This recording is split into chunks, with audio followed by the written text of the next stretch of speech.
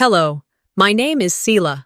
My husband stood on a stage and introduced the woman carrying someone else's child as the mother of his future, while I sat in a wheelchair, hidden behind a floral arrangement, at the company I built with him. But that wasn't the worst part. The worst part was how calmly they erased me. One form, one signature, one conversation I wasn't invited to. My sister helped him sign away my rights. My mother said nothing. My nephew now calls his mistress Mommy too. And while they all moved on like I had never existed, I stayed quiet, but not because I was weak, because I was building something. So now I have one question for you. What do you do when the people who say they love you are the ones writing you out of your own life? The valet's fingers brushed mine as he handed me the claim ticket, but he didn't make eye contact. I don't think he meant to be cold. It's just that when you're seated in a wheelchair, people tend to look around you, not at you. It used to sting. Tonight, it barely registered. I had bigger wounds to face. The grand glass doors of the hotel swung open automatically as I approached. I didn't need the extra help tonight, but the gesture mocked me anyway. I glanced up at the gold lettering, the Royalton Grand, Portland's favorite venue for weddings, galas, and corporate image laundering. Fitting. Inside, I was immediately swallowed by soft jazz and the unmistakable perfume of too much money and not enough sincerity. Servers whisked past carrying canapes on trays shaped like mini skylines. Spotlights kissed the marble floor, dancing across the shoes of Portland's finest. Somewhere in the center of it all, my husband was preparing to rewrite history, without me in it. My assigned seat wasn't anywhere near the front. It was tucked near the back of the ballroom, half obscured by a centerpiece of cascading orchids tall enough to conceal a grown adult. My name tag read, Mrs. Selah M., not co-founder, not architect of the Horizon Project, just the wife, maybe not even that, soon. I had only been sitting for 5 minutes when Olivia Rhodes made her entrance. Her heels clicked on the marble like she'd rehearsed it. Her dress shimmered in champagne tones, the fabric draped intentionally around her growing belly. Conversations shifted. Heads turned. The music didn't stop, but the air changed. She was exactly the kind of woman people made room for, especially when she entered holding Darian's arm like a prized asset. He didn't glance my way. Not once. I stared at the soft curve of Olivia's stomach and tried not to think about the years I had spent scheduling surgeries and swallowing pills that dulled my pain. And my mind. My body had once been strong, agile, sharp. Now it was neatly dressed in a silk navy suit and confined to polished wheels. A few people passed my table and smiled. One woman, younger than me by at least 2 decades, leaned down and said, "It's so sweet you're still attending these things. Legacy faces matter." I smiled back like a mannequin, knowing she had no idea I was still on the payroll, still technically on the board, still holding shares I co-founded with blood and late nights. But none of that mattered anymore. Not tonight. When Darian took the stage, he didn't look like a man with a guilty conscience. His hair was perfectly cut, his tuxedo crisp, his smile practiced and precise. "Good evening, friends, colleagues, partners in progress," he began. "Tonight is not just a celebration of our achievements, but a glimpse into our future. Future." That word struck my chest harder than I expected. He continued, speaking in that charismatic tone that had once made me fall for him, before it became a weapon. He talked about innovation, growth, change. Then came the unveiling of the new project, the Horizon Initiative. "And now," he said, pausing just enough for dramatic effect, "I'd like to introduce not only the creative force behind Horizon, but also the woman who's made me believe in second chances, Olivia Rhodes." The spotlight shifted. Olivia stepped forward. The room clapped, some rising to their feet. Darian reached for her hand, then gently touched her belly. "We're expecting," he announced, his voice thick with faux humility. "A son. And I've never been more certain that life gives us what we need, even when it arrives unexpectedly." That was it. That was the sentence that cracked something inside me. Life gives us a second chance at happiness. I didn't cry. I didn't move. I didn't speak. But something inside me, something solid and scarred, shattered. I remembered the exact night Darian sat beside my hospital bed, holding my hand, telling me I was irreplaceable, that no accident, no disability, no difficulty would make him love me less. Lie. This entire evening had been staged. And the seating, the lighting, the camera-ready faces. I wasn't just excluded, I was a prop. A footnote. Olivia stood beside him, glowing and proud. She hadn't stolen him. He had offered himself, freely, with fanfare. Around me, conversations resumed, quieter now, tinged with discomfort. A few eyes flicked toward me, unsure of what to do with the woman in the wheelchair whose husband had just declared a new life. A server approached. "Still or sparkling?" he asked gently. "Still," I said, my voice level. I took the glass and lifted it to my lips. The water tasted like metal and memory. I set it down, adjusted my posture, and turned slightly so the flowers wouldn't block my view. They wanted me to look like I didn't belong. I'd let them, for now. But in that moment, beneath the hum of the jazz, beneath the polite applause and the murmurs of congratulations, I made a quiet promise. I don't know when I became invisible, but I am done pretending I don't see it. The drive across town was quiet, the kind of silence that doesn't comfort, it presses in. The early morning air still held a trace of last night's rain, and the streets shimmered like they'd been freshly waxed. I could have turned back at any stoplight, told myself it wasn't worth it.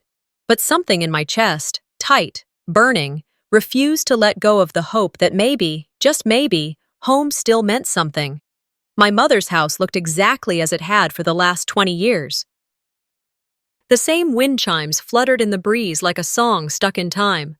The welcome mat was frayed at the corners, the O in home faded to a pale whisper. For a second, I just sat there in the car, staring at the front door. I told myself I wasn't nervous, but the truth was, I felt like an outsider before I'd even knocked. I let myself in. The front door had never been locked. Not when we were kids, not now. That was Lavinia's way. "If you raise your children right," she used to say, "you won't need locks." It sounded like wisdom back then. Now, it just felt naive. Vera was already at the kitchen table, scrolling her phone with one hand, nursing coffee with the other. She looked up briefly, then back down, tapping something. Her nails were perfectly manicured. The smell of burnt toast clung to the air. "Morning," I said. She nodded without looking up. "Mom's in the den." I made my way there. Lavinia was in her recliner, bathrobe wrapped tightly around her frame like armor. She didn't stand, she didn't even blink in surprise. She just gave a small nod and patted the armrest of the chair across from her, the same one I used to curl up in when I was 8 and scared of thunder. I sat. She didn't ask how the gala went. After a few minutes of polite nothing, we moved into the kitchen. Vera had the news on low volume. A male anchor with too much gel and too little shame was grinning on screen. "Big news from Miller Developments," he said. "A new project, a new partnership, and a surprise baby announcement. The Horizon Initiative marks the start of what insiders are calling a new era." Vera's eyes flicked toward me, then back to the screen. She clicked her phone off and slid it aside like she was bracing for something but too exhausted to fight. "You're making this worse by dragging it out," she said finally. I blinked. "Dragging what out?" "This whole thing with Darian, with the company. You know what he's doing. Everyone does. And now? Well, she's pregnant. Maybe it's time you just step back." There it was. Not a question, not a conversation, a declaration. And she didn't even have the decency to soften the edges. My hand stopped midway to my teacup. I looked at her, then at Lavinia, who was silently stirring her oatmeal like she hadn't heard a word. No one met my eyes. "I co-founded that company," I said calmly. "I know," Vera answered, reaching for the jam. "But sometimes it's not about who started it, it's about who's better suited to carry it forward." Better suited. I wasn't sure if she meant Olivia's PR perfect smile, or her functioning legs, or her ability to produce an heir. Maybe all three. "Wow," I whispered, more to myself than anyone else.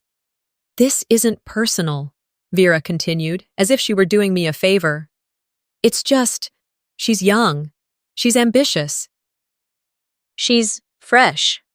Like produce? I asked, bitter humor creeping in. Are we talking about partnerships or peaches? Vera sighed. Selah, come on. Don't do this. No, you don't do this, I snapped back. Don't pretend this is just business. You've been waiting for this moment. Her shoulders straightened. You've always needed someone to blame. I didn't take your spot, Selah. You gave it up when you stopped showing up. My laugh was sharp. I was in rehab for 8 months. I lost the use of my legs, Vera. That's not what I meant. Really? Because it's starting to sound like exactly what you meant. Lavinia cleared her throat then, just once. A low, drawn-out sound that was less about joining the conversation and more about ending it. Mom, I said, turning to her. Do you have anything to say? She paused. Then finally, she looked at me, directly.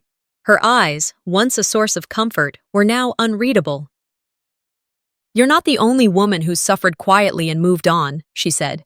It's better not to fight what's already been chosen. I felt it then. Not rage, not heartbreak. Something colder.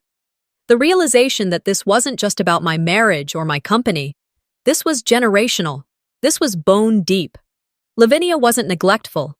She was obedient. To silence, to survival, to a system that always asked women to adjust rather than speak. I stood slowly, the rubber tips of my cane thudding softly against the tiled floor. I didn't say anything for a long moment. Thanks for the insight, I said eventually. Truly. Vera rolled her eyes. Here we go. No, not here we go. Here I go, I said, heading for the door. Behind me, I heard the chair shift. Vera followed. Vera. At the door, just as I was about to open it, she said under her breath, You used to be stronger than this. Now you just make people uncomfortable. I turned to face her. Then let me be uncomfortable enough to finally do something about it. She didn't reply. I didn't wait. Out on the porch, the wind chimes fluttered again. This time, they didn't sound nostalgic. They sounded like a warning. I paused on the steps, taking one last glance at the house where I once felt safe. Then I walked to the car, every step measured, every breath deliberate. By the time I turned the key in the ignition, my mind was already moving ahead. Vera had declared her position. Lavinia had chosen silence. Darian had chosen someone new. Now, it was my turn to choose. By the time I got home from Vera's, the sky had turned the color of bruised peaches, half sun, half shadow. I parked the car, took a long breath, and sat still with my hands on the wheel. My fingers curled a little too tightly, not from pain, but from something else entirely. Focus, resolve, whatever the word, it wasn't weakness. Inside, the house was quiet. Too quiet. My shoes echoed across the hardwood floors that Darian had once insisted we refinish because appearances matter. The irony didn't escape me. These floors were polished for the benefit of guests who no longer came, to impress people who no longer mattered. I headed straight for the office.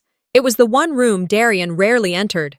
After the accident, we'd agreed, on paper at least, that I would step back from active duties.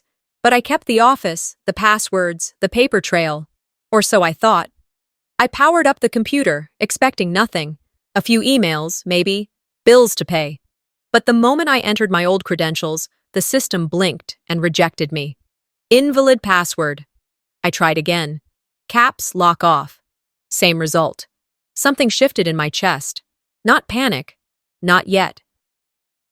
But the kind of cold clarity that makes your vision sharper, your back straighter. I went the backdoor route, an admin login I'd set up years ago, one Darian didn't know about. That one worked. Inside the company's shared drive, I started scanning through folders, legal, accounting, shareholder reports. I wasn't entirely sure what I was looking for, just something to make the discomfort in my gut make sense. Numbers were missing, transactions didn't line up. Projects I had personally pitched had my name removed entirely, the credits reassigned. And not just to Olivia, to Darian, to anonymous LLCs. I clicked deeper, faster. Then I found it, a folder labeled Power of attorney, temporary. My name was on it. My signature, too. But it wasn't mine. The date was from 8 months after my accident, right around the time I was doing outpatient therapy and still on heavy medication. I stared at the page for what felt like hours. There was a psychiatric note attached. It described me as mentally fragile, easily overwhelmed, and temporarily incapable of financial decision-making. My stomach twisted. I'd never seen this note before. It had a letterhead from a physician I never consulted. The whole thing reeked of forgery dressed up in bureaucracy. The asset transfers that followed made everything clear. He hadn't just betrayed me emotionally or physically. He'd stripped my legal standing right under my nose. It was more than betrayal. It was erasure. The air in the room thickened. I could hear my own breathing, slow, measured. Then I picked up my phone and dialed Vera, straight to voicemail. I waited for the tone, then spoke calmly. You didn't even have the courage to tell me I was being erased. You just drafted the papers, filed the forms, and assumed I'd never notice. Maybe that's the most offensive part. You really thought I was too broken to see what you were doing. I hung up, deleted her contact, and turned back to the screen. For the first time in a long while, I wasn't tired. I was alert, hyper-aware, and angry. Later that evening, after making a strong cup of tea, I drove to Vera's house, the same one she and her husband had bought with the help of my original equity loan, a fact I had never thrown in her face until now. I didn't even know what I planned to say. I just knew I needed to look her in the eye. The porch lights were on. Inside, the dining room glowed with warm yellow light and laughter. I rang the bell. Noah, her 7-year-old, opened the door, bright-eyed and still chewing. "Aunt Selah," he said, throwing his arms around my waist. Then, with the kind of innocence that only children possess, he added, "Mommy said we might see Mommy number 2 today. You missed dinner again." Every part of me went still. The words hung there like sour perfume, thick, suffocating. I pulled back slowly. Vera appeared behind him, her smile frozen mid-step. "Noah, that's not—" But it was too late. Plus, I didn't speak, didn't ask for clarification, didn't demand apologies. I turned, walked down the steps, and got into my car. Inside, I sat for a long moment before the tears came. Hot, silent, unexpected. Not just for what Noah said, but for how easily it came from him. For how normalized it had become. I was no longer just the woman Darian had cheated on. I was the aunt who became a ghost in her own family. The co-founder rebranded into a footnote. The wife reduced to an inconvenience. The disabled woman whose mind was rewritten in court files without her knowledge. But here's what they hadn't accounted for. I remember everything. I went home and went straight to my bedroom, changed into sweatpants, pulled my hair back, pushed aside the throw pillows Darian liked, and opened the desk drawer I hadn't touched in months. Inside was a USB drive I used for personal documents. I booted up the backup laptop, an old, heavy thing that still wheezed when turned on, but it was mine. It held none of Darian's updates, none of Vera's fingerprints, just me. I opened a new folder and named it War Room. I dragged every document I had into it. Tax records, bank statements, emails, pictures. I created subfolders: legal, medical, personal assets, foundation transfers. Then I started taking notes, time-stamped entries, conversations I remembered, people present, what was said, what wasn't, names, dates, dollar amounts. A spreadsheet followed. Timeline of betrayal. As I worked, something inside me began to solidify. The kind of thing that isn't made of fire, but stone, cold, steady, unshakable. I didn't need to scream. I didn't need anyone to validate my pain. What I needed was proof, strategy, precision, and maybe a little vengeance, but the quiet kind, the kind that arrives wearing heels and smiles and leaves with ownership papers in hand. They wanted me silent, wanted me to disappear behind orchids and polite nods. Instead, I was going to become the story they tried to rewrite. I closed the laptop at midnight. My eyes were tired but clear, my hands steady. I walked slowly to the window, looked out at the city skyline I once helped shape, and whispered to the night. I let them narrate the story too long. Now, I'll write the ending myself. I didn't sleep that night. Not really. I lay in bed, my eyes open in the dark, replaying Noah's words over and over like an unwanted lullaby. Mommy number 2. That phrase had sunk somewhere deep, too deep for tears now. Instead, it became fuel. By the time the sun began creeping through the slats of the blinds, I'd already showered and made coffee. The house was still, but my mind was busy, sharp, humming with purpose. I had no desire to return to the parts of the home Darian had claimed, no need to sit at the kitchen table we once shared, where Olivia probably sipped from my old favorite mug. Instead, I wheeled quietly into the one space he never touched, the studio. The door creaked when I opened it, and for a moment, the familiar scent of cedar shavings and dried ink hit me like a memory I hadn't asked for. It was colder in here, quieter too, not just in sound, but in energy. No one had entered since my accident. Darian said it was too painful for both of us. I suppose it was easier to seal off the parts of me that were inconvenient. I clicked on the desk lamp. Its warm yellow light flickered before holding steady, casting long shadows across half-finished sketches and curled-up design papers. I scanned the shelves and saw my old notebooks, lined up in imperfect stacks. Some were water-damaged, some had been stained with coffee rings and deadlines. But one stood out. A slim, tan sketchbook with a leather tie, something I hadn't touched in years. When I untied it, an envelope fell out. The handwriting on the front was mine, round, deliberate. I had written this to myself. If you're reading this, you're losing yourself. But you haven't lost everything. My fingers trembled as I unfolded it. The paper was creased from age, soft along the edges. I remembered writing it one afternoon, just after Darian and I had signed our first six-figure contract. I was exhausted, euphoric, terrified. So I wrote to the version of me that might forget who she was, just in case. You build because it's how you survive, the letter read. You design because when everything collapses, some of us need somewhere safe to stand. Don't let anyone redesign you into something you're not. The words didn't make me cry, not like before. Instead, they anchored me. I breathed in slowly, let the air fill my lungs fully for the first time in days. Then I sat down and got to work. I pulled my laptop closer and opened a blank document. Across the top, I typed in all caps, "Timeline of betrayal." From there, it became a mechanical task, almost surgical. I created folders: legal, financial, health records, Darian, Olivia. Everything I had accumulated so far went in.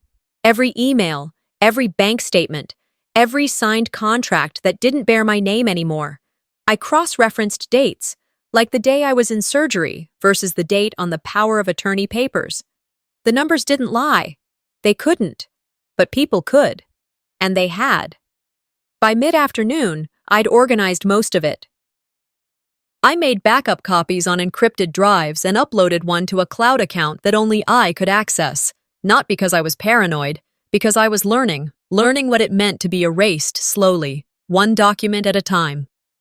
Later that evening, I grabbed a light blanket and settled back into the studio. The house beyond the door felt miles away. I knew Darian would be out, maybe whining and dining an investor or rubbing shoulders at some gallery opening Olivia arranged. I hadn't asked, and I didn't care. Silence worked in my favor.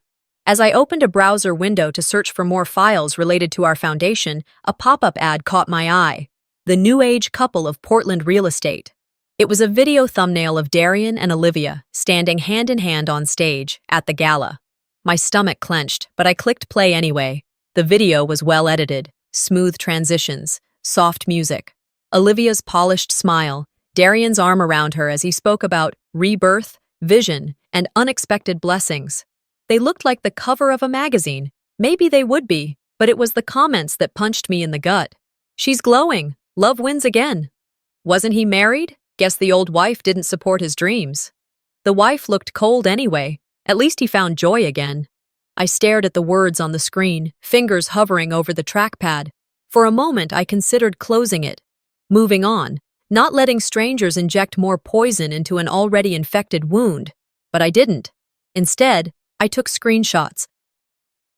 One by one, every insulting, ignorant, dismissive comment.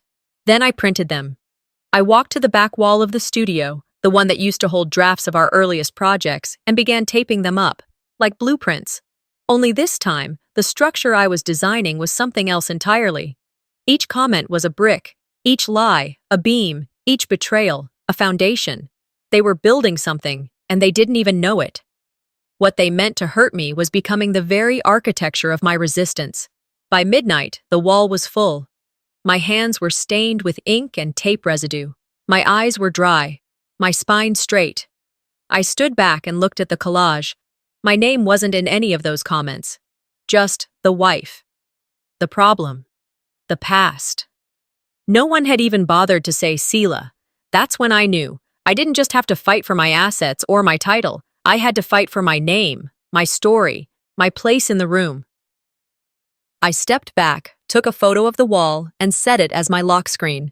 If they wanted to bury me in silence, they forgot I know how to build foundations. The house was still dark when my phone buzzed on the nightstand. I blinked twice, trying to adjust my eyes to the screen's glow. It was barely past 6 a.m. I reached for it, already knowing who it would be. Darian. I didn't answer right away. I took a deep breath, rubbed my temples, and then swiped to accept, putting him on speaker as I reached for my robe. "Hey," he said, voice falsely gentle. "Just wanted to check in. You slept okay?" "I did," I replied, steady. "That's good. You've been through a lot, Selah, and the stress probably isn't helping your recovery." He paused for dramatic effect. I could practically hear him smirking. "Don't forget your meds this morning. You tend to forget when you get upset." Then came the sound, soft, feminine laughter in the background. Olivia, clear as daylight. "Tell her I said hi," she chirped. I didn't flinch. I didn't sigh. I simply reached for my journal, flipped to a fresh page, and wrote, "This ends soon." I waited 2 more beats before answering. "Thanks for the reminder, Darian. You and Olivia have a good morning." Then I hung up. It wasn't rage that bubbled up. Not anymore. That emotion had burned itself out. What remained was colder, focused. I knew what I was dealing with now. A man who was trying to turn concern into a leash, and a woman too foolish to realize she'd been handed the same collar, just with a different design. By the time I finished my tea and wheeled into the office, the day had fully broken. Light poured through the windows, hitting the evidence wall in my studio. Screenshots, statements, copies of legal papers. It was growing by the day. I opened my email, sifting through newsletters and court notices, until one message caught my eye. No subject line, just an address I didn't recognize. I hesitated before clicking. The message was short. Check Fund X, under Elias. There was a link attached. Encrypted. Password protected. My breath caught as I clicked through, carefully following each prompt. A spreadsheet loaded. Wire transfers, fund names, account aliases. Several figures connected to our charitable foundation had been routed elsewhere. Offshore accounts, silent partners. One in particular stood out. Elias Holdings. That wasn't one of ours. I dug deeper. Elias Holdings traced back to a shell company registered in the Cayman Islands, masked under another legal firm's name. But one of the routing codes matched the same transaction from our donor grant file, dated the week after my 3rd surgery. Someone had stolen money in my name while I was still in physical therapy. I scrolled to the bottom of the email. No sign-off. Just a single line. A friend who watched too long. I leaned back in my chair, fingers steepled under my chin. So someone was watching. As someone who knew what Darian was doing, and either couldn't stop him or was too scared to. But now, they were choosing sides. Fine by me. That afternoon, I attended a business brunch hosted by a city planning group. I kept a low profile, sat near the back, and said little. I was there to be seen, not heard, not yet. Olivia was there too. She worked the room like a seasoned campaign wife, flashing practiced smiles, laying a gentle hand on her growing stomach whenever someone asked about the baby. She spotted me once, across the buffet table, and offered a smile that looked more like a dare. I didn't return it. Later, in the restroom, our paths crossed again. I was washing my hands when she entered, checked her lipstick, then walked over slowly. "You've always had great posture," she said, folding her arms. "Even in a chair, you hold yourself like a queen." I dried my hands, watching her through the mirror. She stood close, too close. "I didn't steal him, Selah." "You left the door open," she whispered, with a smile so soft it could have passed for sympathy. I turned to her, face blank. "You're not the one he'll blame when it all collapses. You're just the cover story." Her expression faltered. I picked up my bag and left without another word. By the time I got home, I had already replayed the conversation in my mind twice. Not because I regretted what I said, but because I meant every word. She thought she was the storm, but she was just a cloud before the flood. I sat down at the desk and opened my files again. I began cataloging everything from the email, the Fund X transfers, the shell companies, the dates. I organized it into a new folder labeled Foundation Misuse. That night, I called Keaton. He answered on the third ring. "Selah, I'm ready to move forward," I said. "I have new data, financial and medical." "I'll clear my morning," he said. "You're sure?" "I've never been more certain." I hung up and opened my voice memo app. The room was quiet, the kind of quiet that used to feel lonely. Now it felt strategic. I hit record. They thought I'd stay quiet, that I'd take the pills, sit back, and let them bury me in my own story. The next time they try to dismiss me, I'll be holding the mic. I saved it, locked the screen, and went to bed with a steadiness I hadn't felt in months. The email from Soraya was still fresh in my mind when Keaton called the next morning. His voice had that measured, almost surgical calm that lawyers use when they're about to deliver something heavy. "Selah, I found him, the foreman from Riverside. Name's Riley. He's agreed to meet." I didn't need to ask which Riverside he meant. The name alone sent a dull ache through my right side, the place where the scaffolding gave way, where months of physical therapy began. I pulled my coat from the hook, tucked my cane under my arm, and told him I'd be ready in an hour. We met in a quiet booth at a diner on the outskirts of town. Riley looked older than I remembered. Lines deeper, eyes carrying the weight of something unsaid for too long. His coffee sat untouched, steam curling into the air between us. "I should have come forward earlier," he began, glancing at Keaton before settling on me. "The day you fell, we knew the platform wasn't safe. The inspection report had flagged it a week prior. Reinforcement was ordered." I held his gaze. "Then why wasn't it done?" He exhaled, rubbed his temples. "Because Darian signed off as if it was. Told us not to delay the schedule. Said you'd be fine. She's done riskier climbs than this." His words. My fingers tightened around the mug in front of me. "And the paperwork?" "Forged. The city's copy shows it cleared, but the real repair never happened. And..." He reached into his jacket, producing a flash drive. "I kept this. Security footage from that morning. Shows him on site, talking to the site manager, handing him an envelope. 2 hours later, you were on that platform." The drive was small, weightless in my palm, but it might as well have been made of stone. Riley's voice dropped to a near whisper. "I want you to burn him with it." By the time we left the diner, the winter sun was hanging low, casting long shadows across the pavement. Keaton squeezed my shoulder. "We have him, Selah. This isn't just personal anymore. It's criminal." We drove straight to Riverside. The building was finished now, gleaming glass and steel catching the pale light. My cane clicked against the sidewalk as I walked toward the spot where I'd landed that day.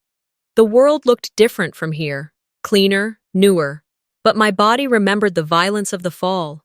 My fingers brushed the cold metal of the railing. "They tried to make this place my grave," I murmured. "I'll make it their courtroom." 3 days later, I was invited to a board meeting at headquarters. Darian was scheduled to present a new round of investments. I knew exactly what I was going to do. I arrived early, dressed in a charcoal suit that fit me like a second skin. My hair pulled back, makeup sharp but understated. I carried a slim leather portfolio, and inside, a small silver USB drive, not the one Riley had given me. This one held a curated selection: Bank transfers to offshore accounts, altered medical records, copies of forged signatures. The boardroom was all glass and polished wood, the city skyline spilling in behind Darian as he spoke. His voice carried that same confidence I'd once fallen for, the rhythm of a man who believed he still owned the room. I sat quietly, taking notes I didn't need. When the meeting paused for a coffee break, I accidentally left my portfolio open at my seat, the USB drive half visible on the table. I stepped out into the hall, chatting idly with a receptionist. Through the glass, I saw it happen. A junior assistant noticed the drive, glanced around, and slid it into her laptop. Her brows furrowed, her eyes flicked to the screen, and then to the other board members as she wordlessly turned it for them to see. One by one, faces changed. The rhythm of the room shifted. Murmurs started low, then grew into sharp whispers. Darian turned mid-sentence, confusion etched across his features. "What's going on?" Keaton stepped into the doorway just then, arms folded. He didn't need to speak. The timing was enough.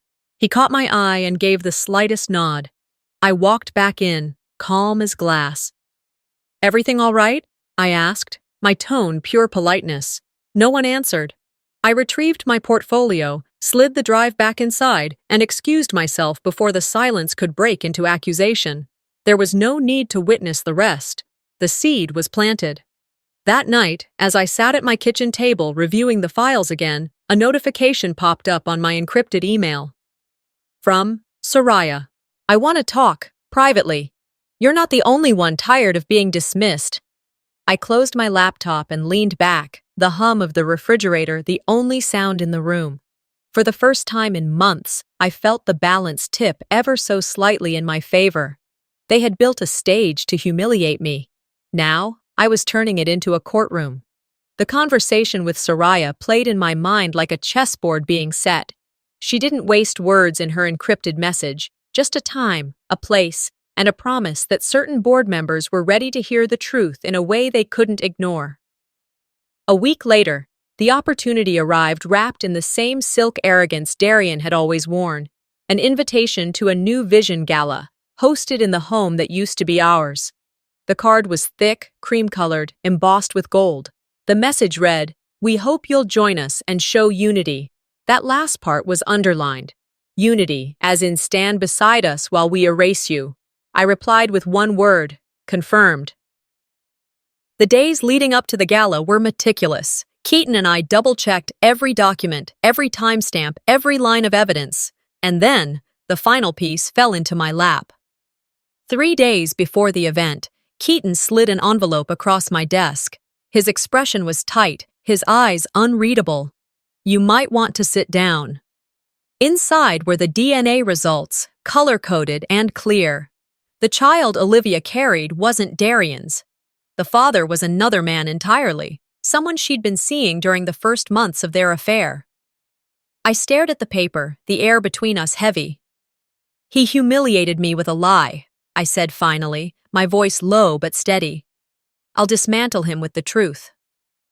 I made 3 copies, one in blue for the board, one in red for the press, and one in green for my personal records. They went into separate envelopes, each labeled like architectural plans for a demolition. The night of the gala, the house glowed like a stage set.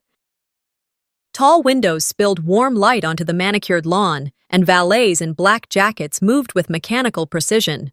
Inside, the air buzzed with polite laughter, clinking glasses, and the low hum of money being reassured it was in good hands. I arrived deliberately late. Just enough for people to notice when I entered, wheeling myself in with my head high and my charcoal suit catching the light. Conversations paused, then resumed in that awkward, too-fast way people have when they're pretending they weren't just talking about you. Darian and Olivia were already working the room. He wore a navy tuxedo, she a cream gown that framed her belly like the centerpiece of the evening. They looked like a campaign poster. I wondered if either of them realized the campaign was about to collapse. When the lights dimmed slightly and a soft chime called guests' attention to the stage, I positioned myself near the center aisle. Darian took the microphone, his voice rich with charm. Good evening, friends, colleagues, and partners in progress. Tonight, we're here to celebrate not just the growth of Miller Developments, but the vision that will carry us forward, the Horizon Initiative. Olivia joined him, her hand resting delicately on her stomach. Strategic lighting framed them like a portrait. That's when I moved. Before we toast to your horizon, I said, my voice cutting through the room, let's look at the foundation you built it on. A murmur swept through the crowd. Heads turned. I nodded toward the AV technician Soraya had prepped. The screen behind Darian flickered, then changed. First, the forged signatures, side by side with the originals. Then the offshore accounts, their names and dates scrolling like end credits. Riley's footage came next. Darian on the Riverside site, handing an envelope to the site manager. And finally, the green-labeled file. The DNA results, Olivia's name printed clearly, the father marked excluded. The silence was absolute. Darian's face drained of color. This isn't the time or place, he began. You said I was cold, I interrupted, my voice even. I just didn't fake being warm while I destroyed people. Olivia took a small step back, one hand tightening on the microphone stand. Her eyes darted to Darian, then to the screen, then down to the floor. She didn't speak. From the corner of my vision, I saw movement, investors rising from their chairs, slipping toward the exits. The mayor's aide leaned over to whisper something before escorting her out. One of the venture partners folded his program neatly and left it on the table like a severed tie. Olivia turned and walked off stage without looking back. And then Soraya crossed the room. Cameras followed her, lenses clicking in the dim light. She stopped in front of me, extended her hand, and said, "Well played, Selah." I shook her hand, not for the cameras, but for myself. In that moment, I wasn't the woman hidden behind a floral arrangement or the wife introduced as an afterthought. I was the one holding the mic. They built a stage to humiliate me. Tonight, I turned it into a courtroom. 2 days after the gala, the conference room on the 20th floor of Miller Developments was packed. No photographers, no cocktail dresses. Just suits, silence, and one woman, me, carrying a manila folder that could burn everything down. Soraya had called the emergency board session. She didn't say much in the message, just that it was time, and the rest of them were ready to listen. I didn't bother dressing for war. I came in navy slacks and a black blouse, my hair pulled back like armor, my shoes low and stable. Let them underestimate me one more time. I had nothing left to prove. Darian showed up 15 minutes late. He strolled in like nothing had changed, though his tie was looser than usual, and his face had that dry, pale look of someone who hadn't slept since the truth hit the airwaves. He greeted the room like a politician, smiled too wide, nodded too often. But when his eyes landed on me, seated at the end of the table, calm and still, he blinked. And then, just for a second, I saw it. Fear.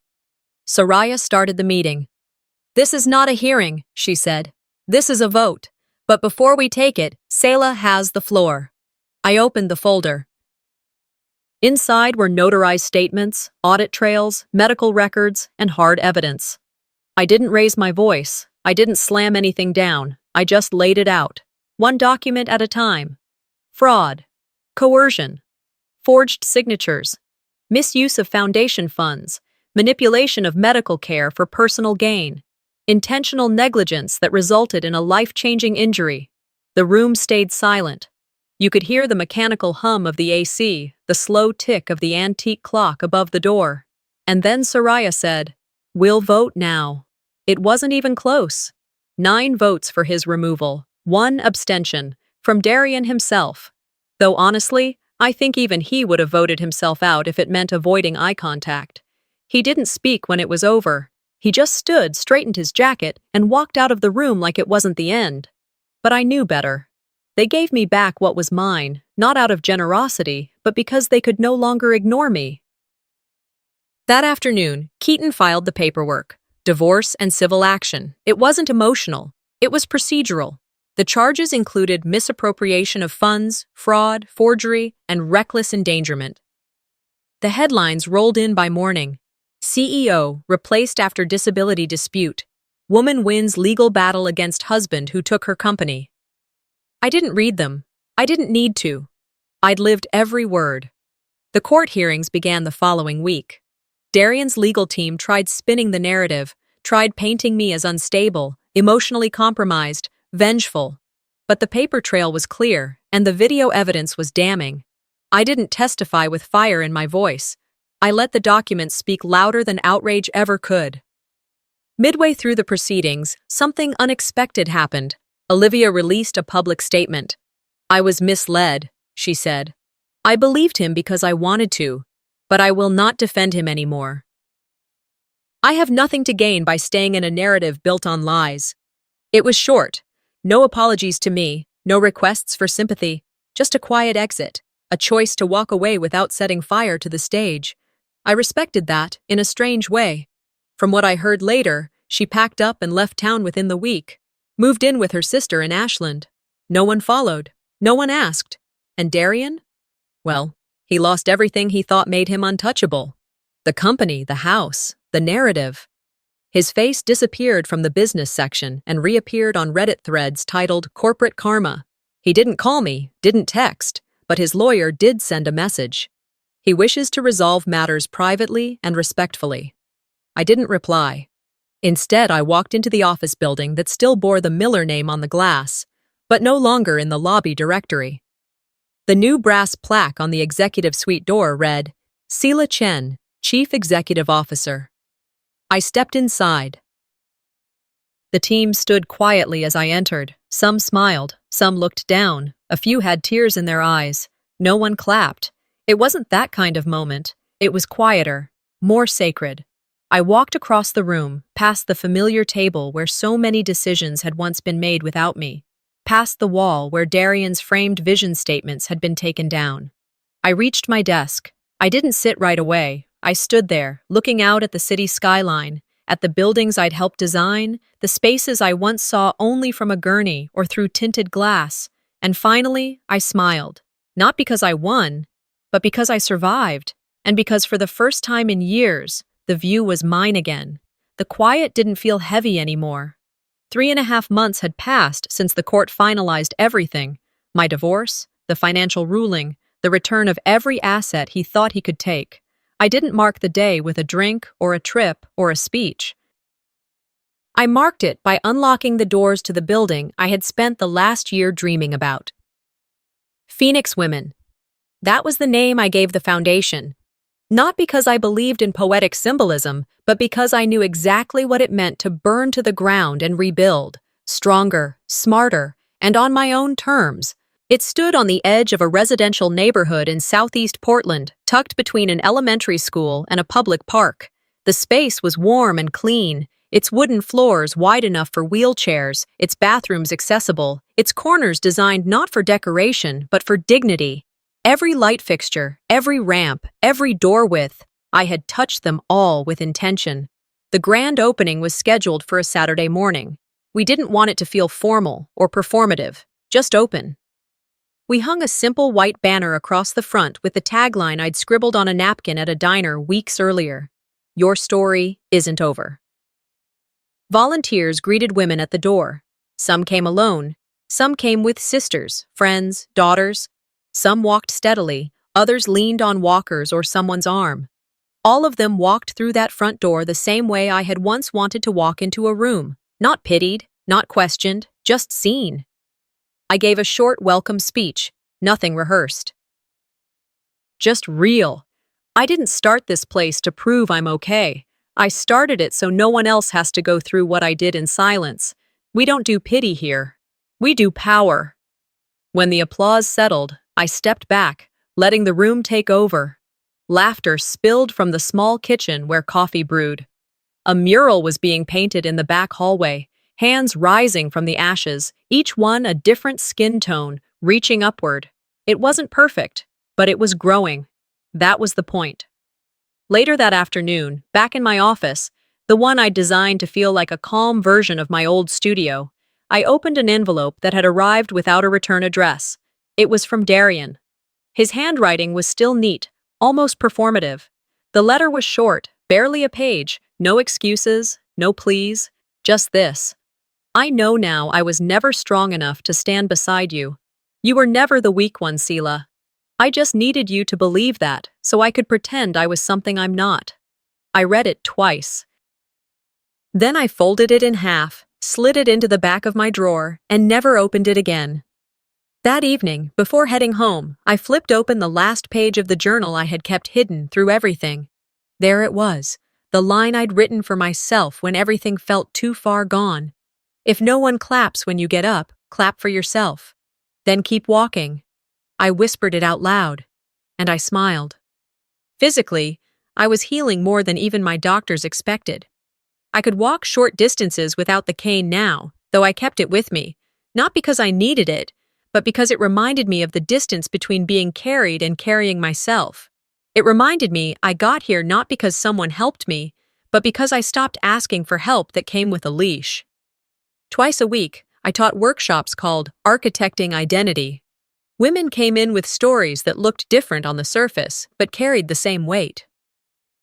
Broken trust. Financial control. Words that cut without raising voices. They didn't need rescue. They needed blueprints. So that's what we built, together. One Thursday, as I packed up after a session, a young woman lingered by the door. She was in her late 20s, hair in a tight bun, hands fidgeting with a rubber band around her wrist. "Ms. Chen?" she asked. "Call me Selah." She hesitated, then said, "I thought I was the only one, until I heard you speak." I nodded. "You're not." Tears didn't come. Not from her, not from me. She just stepped forward, and I wrapped her in a quiet hug, the kind that says, "You made it this far, so you can make it further." After she left, I walked outside through the back exit that led to the garden. Dusk had settled. The city buzzed in the distance, but back here, it was still. The building's back windows reflected just enough light for me to catch my own image. I stood there, watching my posture, my face, the stillness in my body. And for the first time in what felt like years, I saw myself not as someone recovering, but as someone returned. Not broken, becoming. There were no dramatic lights, no applause, just a quiet knowing. You can lose your name, you can lose your home, you can lose your worth in the eyes of people who never really saw you. And still, come back wiser. I'm not who I was, I'm more, and that's enough. Sometimes, the people who silence you aren't strangers. They're the ones who promise to protect you. Selah's story isn't just about betrayal. It's about reclaiming your name, your truth, and your voice, when no one else will. Have you ever felt like someone tried to write you out of your own story? What did you do? Share your thoughts in the comments, and if this story moved you, don't forget to like, subscribe, and turn on the bell so you never miss our next true family story.